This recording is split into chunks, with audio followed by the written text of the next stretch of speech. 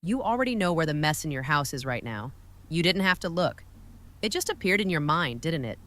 The chair with 3 shirts on it, the counter that used to be clean, the drawer you stopped opening because you already know what's inside. That's strange if you think about it. You didn't clean today. You didn't measure anything. And yet you know instantly exactly where the chaos lives, which means something interesting is already true about you. You're not blind to the mess. You never were. You've just been managing it quietly, the way people manage a low background noise they've stopped consciously hearing. There's a woman in Osaka, in a small apartment above a noodle shop, who noticed something about her own home that she almost didn't mention to anyone because it seemed too small to matter. She said that her apartment never really got messy anymore. Not because she cleaned more. She actually cleaned less than she used to. She said the mess simply stopped starting. Sit with that sentence for a second. Not the mess stopped growing. The mess stopped starting, because that's the part almost nobody understands about a messy home. The mess you're staring at right now didn't arrive all at once. Nobody dumped it there in a single afternoon. It came in one object at a time. A cup set down for just a second. A jacket draped over a chair, just for tonight. A receipt placed on the counter because your hands were full and your mind was already 3 steps ahead of your body. Every messy home in the world was once a completely clean surface, interrupted by one small decision, repeated 1,000 times without anyone noticing. And that's the part of this that should genuinely unsettle you a little. The mess was never really about mess. It was about 100 tiny, invisible negotiations you had with yourself, and you kept losing them without realizing there was ever a negotiation at all. So here's the question. Underneath the question, it's not, how do I clean my house? You already know how to clean a house. You've done it 100 times, and 100 times it has quietly slid back into disorder within days. The real question is stranger and a little more uncomfortable. Why does order keep failing to stick to your life? The Japanese have a word shared in workplaces and homes alike that doesn't translate cleanly into English. Shitsuke. People usually flatten it into discipline, which misses almost everything true about it. It isn't about willpower. It isn't about forcing yourself through gritted teeth to keep things tidy. Shitsuke describes something closer to a return reflex, not the strength to clean, the instinct to put a thing back to where it lives, immediately before your mind moves on to the next thought. Picture a small kitchen in Kyoto. A woman finishes drying a single teacup. She doesn't leave it on the rack. She doesn't tell herself she'll put it away later with the rest. She turns in one unbroken motion and slides it back into its exact place in the cupboard. It takes 4 seconds, maybe 5. There's no ceremony to it. Her face doesn't change. It's the most boring 4 seconds you could possibly film. And that's exactly why it works. Because it's boring enough to survive a bad day. It's small enough to survive exhaustion, distraction, a phone call, a crying kid in the next room. Big systems fail under pressure. 4 seconds doesn't. Here's the trick. The one this apartment in Osaka runs on, the one that's been quietly practiced in Japanese homes for generations without ever needing a name in the West. One object. One home. Every time. Not, I'll organize the whole room. Not, this weekend I'll do a deep clean. Just this. The very next object your hand touches, whatever it is, goes directly to where it belongs before you set it down anywhere else. Not eventually. Not after you finish what you're doing. Before. It sounds almost insultingly small. That's the point. Your brain doesn't resist small things. It resists big commitments. A messy home isn't defeated by a heroic Saturday of scrubbing and sorting. It's defeated by removing, one object at a time, the tiny permission you keep unconsciously giving yourself to set things down temporarily. Because here's what nobody tells you about temporary surfaces. There's no such thing. The chair doesn't know your shirt is just resting there for a minute. The counter doesn't know that receipt is about to be thrown away. Once an object touches a surface that isn't its home, it stops being a temporary decision and becomes a landmark. And landmarks attract more landmarks. You've felt this. You put one thing down on an already cluttered counter without a second thought, but you'd never set that same object down on a counter that was completely bare. Mess doesn't just tolerate more mess, it invites it. which means the real enemy was never dirt, and it was never you, and it was never a lack of discipline. The real enemy is invisible and it moves quietly through your day without you ever addressing it directly. It's the pause. The half second where your hand holds an object and your mind quietly asks, does this need to go where it belongs right now, or can I deal with it later? And almost every time, without you even noticing the vote was cast, later wins. That pause is the whole story. Everything else, the piles, the drawers you avoid, the chair that's become a closet, all of it is just the visible aftermath of thousands of these tiny, unconscious decisions to defer. Now, here's where it gets a little more uncomfortable, because this was never really about your home. Notice how the same pause shows up everywhere else in your life. The email you'll answer later. The conversation you'll have eventually. The small apology you keep meaning to give. The decision you keep meaning to make. Every one of them starts exactly the way the shirt on the chair starts. A small, reasonable-sounding delay. Just this once. Just for now. Your home isn't messy because you're lazy. Your home is a mirror standing quietly in the corner of your life, showing you, in physical form, every place where you've quietly chosen later instead of now. That's why cleaning never really holds. You were treating the symptom. The mess was never really in the room. The mess was in the pause. Think about the last time you walked into a hotel room. Nothing was out of place. Not because the room was empty of objects. Hotel rooms are full of things, remotes, cups, little folders, luggage racks. But because every object had an obvious, immediate home, and putting it there took no thought at all. That's not luck, that's design. Someone decided in advance exactly where every single object belongs so that returning it requires zero decision-making in the moment. Most homes never get that gift. Most of us live surrounded by objects that have no fixed address. A charger with 3 possible resting places is not a charger with a home. It's a wandering object, and wandering objects are the ones that end up on counters because your hand holding it doesn't know where to send it, and hesitation is exactly where mess is born. So, the second layer of the trick, quieter than the first, is this.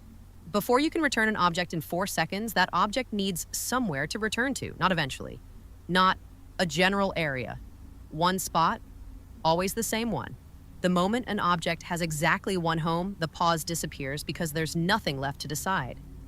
This is why some people can walk through visual chaos, a workshop full of tools, a kitchen full of gadgets, and never feel overwhelmed, while other people feel exhausted by a single half-empty room. It was never about how many things you own. It was about how many of those things know where they live. There's a small ritual connected to this that a lot of Japanese households still practice without thinking of it as anything special. It happens right at the entrance. You've probably felt a version of it yourself, that strange, small relief the instant you step out of your shoes at someone's front door. In many homes in Japan, that threshold isn't just about shoes. It's a boundary. Outside is outside. What crosses into the home crosses in deliberately, not accidentally. Compare that to how most people actually enter their own homes elsewhere. Keys land wherever the hand happens to be. Bags land on the first flat surface. Mail gets set down mid-stride. The home has no threshold in practice, even if it has one architecturally, and so the mess starts within the first 4 steps of walking in the door every single day before you've even taken your coat off. Try just once, noticing your own entrance the way you'd notice a scene in a film. The door opens. Light shifts. Your hands are full. Where does the first object land? Watch it happen just this one time, as an outside observer would.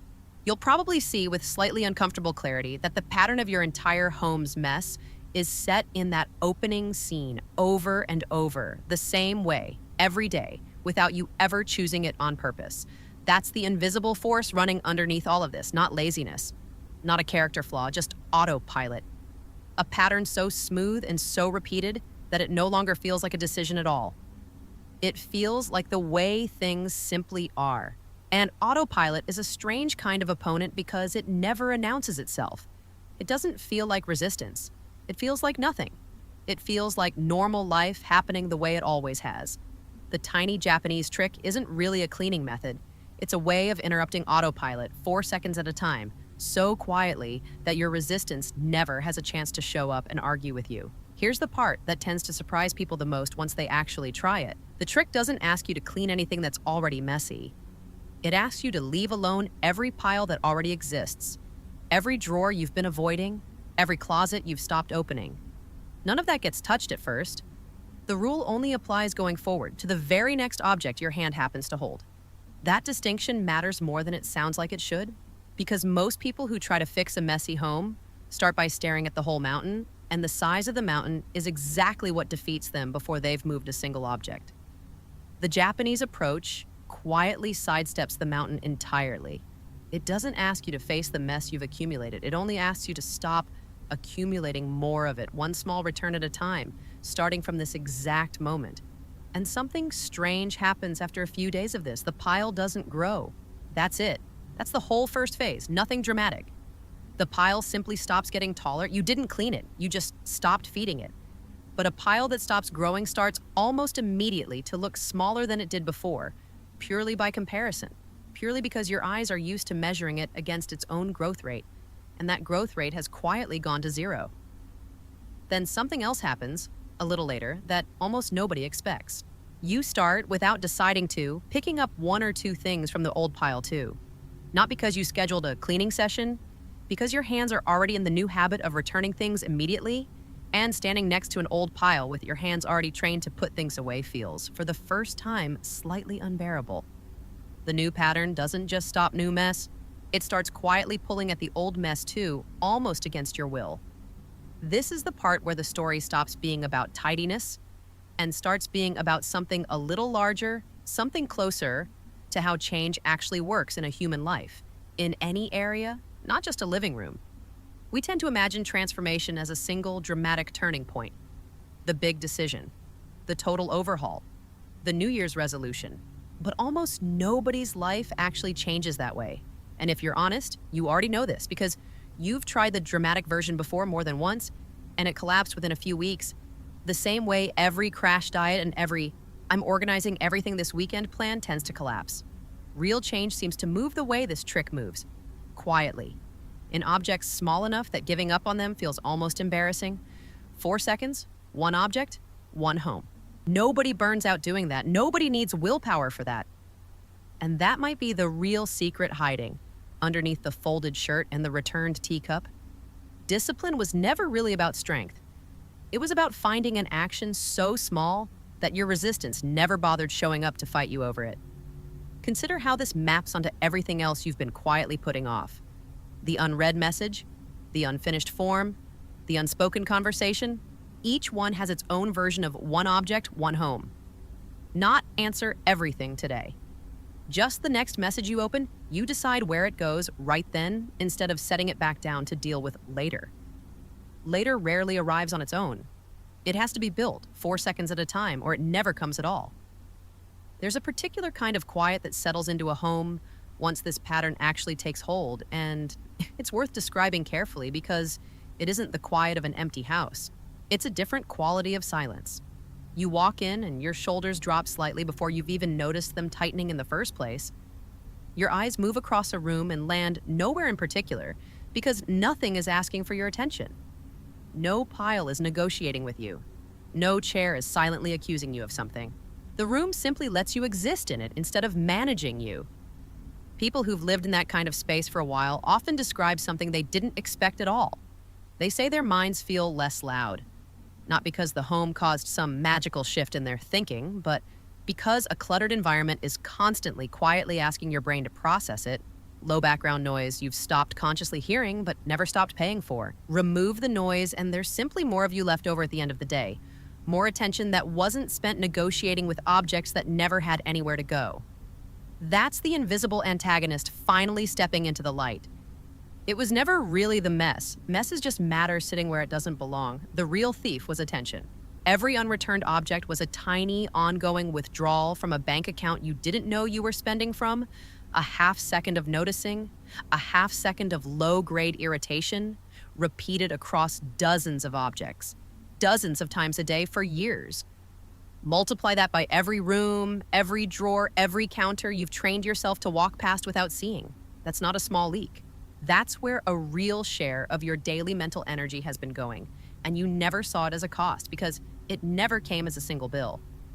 It came as 1,000 invisible cents, spent so gradually you call the result just how I am, instead of something built one deferred decision at a time. Which brings us back, finally, to that first thought you had at the very start of this, the moment you pictured the chair, the counter, the drawer, before you'd even decided to think about it. That wasn't a coincidence, and it wasn't really about your home either. It was your mind quietly showing you a map of every place you've been paying a tax you never agreed to. The tiny Japanese trick was never actually about tidiness. Tidiness was just the visible surface of it, the part easy enough to film, easy enough to demonstrate with a cup and a cupboard. Underneath it is something closer to a philosophy of attention. Handle a thing fully, once, the moment it's in your hands, instead of touching it halfway and leaving the rest of the decision hanging in the air for your future self to trip over. Shitsuka, at its heart, isn't about how a shelf looks. It's about refusing to leave small, unfinished decisions scattered behind you because unfinished decisions, like unreturned objects, don't stay still. They accumulate. They call to each other. They turn a single deferred choice into a pile, and a pile into a room, and a room into the quiet, low hum of a life that always feels one step behind itself, no matter how hard you clean on the weekends. So if you try this, and you probably will at least once in the next few hours, notice what actually happens in your body in that 4-second pause. Notice the small, almost childish urge to set the thing down just for now instead. That urge is old. It's been rehearsed thousands of times in 1,000 different corners of your life, and it will not disappear because you read about it once. But you don't need it to disappear. You only need to win the very next 4 seconds. Then the 4 seconds after that, that's the entire method. It was always the entire method. And maybe that's the real reason this small ritual has survived for generations, in ordinary homes above noodle shops and beside train stations, passed down not as a philosophy, but as something closer to a family habit. Quiet enough that nobody ever needed to explain it out loud. It doesn't promise you a perfect home. It doesn't promise a perfect life. It only promises that the very next object in your hand will not become one more small tax on the person you're going to be tomorrow. Somewhere in your house right now, there's an object resting on a surface that isn't its home. You knew exactly which one before you finished reading that sentence. You always know. You've always known. The only real question left is what your hand decides to do about it in the next 4 seconds, and whether for once, later finally loses.